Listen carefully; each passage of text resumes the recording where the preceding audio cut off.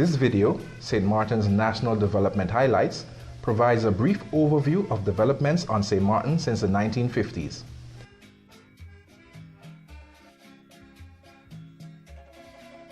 Located in the northeastern Caribbean, St. Martin and its people has a rich natural, cultural, social, economic, and political history. Our modern history starts around the time of the promulgation of the Charter of the Kingdom of the Netherlands by Queen Juliana on December 15, 1954. The kingdom consisted of 3 countries back then: the Netherlands, Suriname, and the Netherlands Antilles. St. Martin was one of the 6 island territories comprising the Netherlands Antilles until October 2010.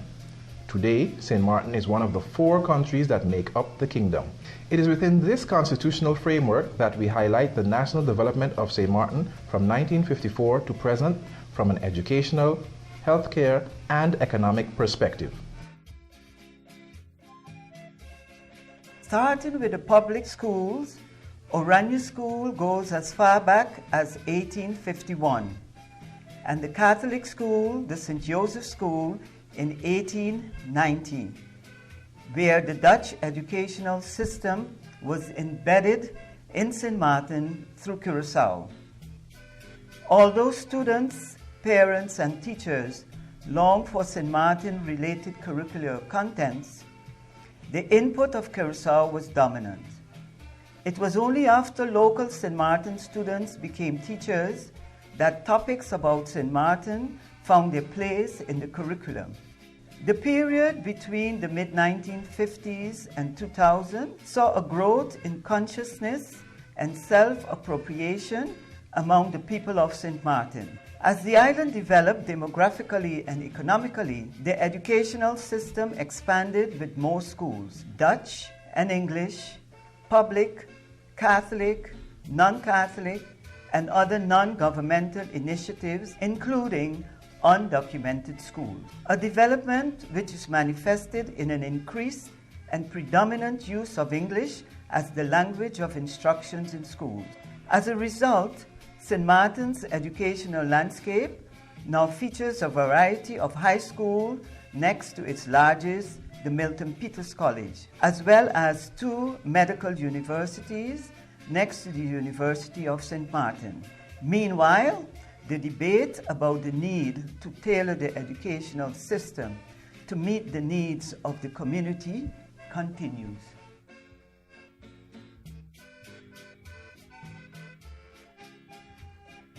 Since 1900, the clergy began providing health care on St. Martin. The St. Rose Hospital was opened on Back Street in 1908 and consisted of 2 tiny wooden houses and comprised a room for patients, an operating room, and space for the doctor. Due to the population growth, the St. Rose Hospital was relocated in 1935 to Front Street, now St. Rose Arcade. With the rise of tourism, the population growth continued more intensively, resulting in a higher demand for hospital services. The Yellow Cross Foundation was founded in 1972 and managed the St. Rose Hospital, St. Martin's Home for the Elderly, the District Nursing for Mother and Child Care and Home Care, and the Sister Basilia Center for the Disabled. In 1991, the St. Martin Medical Center was officially established under a new foundation, and all the St. Rose patients were transferred to this new facility, heralding a new era of medical services provided by dedicated medical professionals. And today, 25 years later, discussions about expanding or building a new facility, as well as about expanding and deepening the services of the hospital and healthcare insurance coverage, dominate the healthcare debate on St. Martin.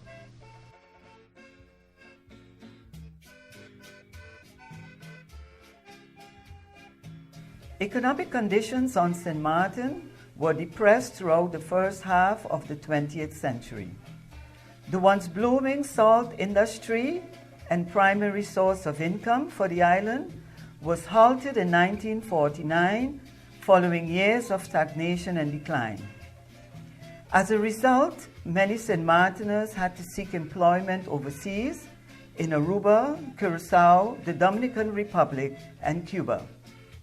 The initial step for St. Martin's economic recovery and growth came with the opening of the Juliana International Airport in 1943 and its expansion in 1964. This paved the way for the increase in tourism in the 1960s and as we know it today. Popular tourist locations in the early days were the Seaview Hotel, the Pasagrahan Royal Inn, and the Little Bay Hotel. The arrival of Mullet Bay Resort Hotel in 1970 as the island's flagship transfers St. Martin in a premier tourist destination, creating employment and opportunity for the people. Being strategically located, St. Martin also experienced continuous growth in annual cruise passengers' arrivals. Tourism brought about a major change in the way of life for St. Martiners and the use of our natural resources. The economic growth received a blow after Hurricane Lois, but the island recovered soon after. And today, the main discussion is, how can we grow our economy in a sustainable manner? Looking ahead, we hope that this brief historic highlight will contribute to the structuring of the debate to securing St. Martin's national development.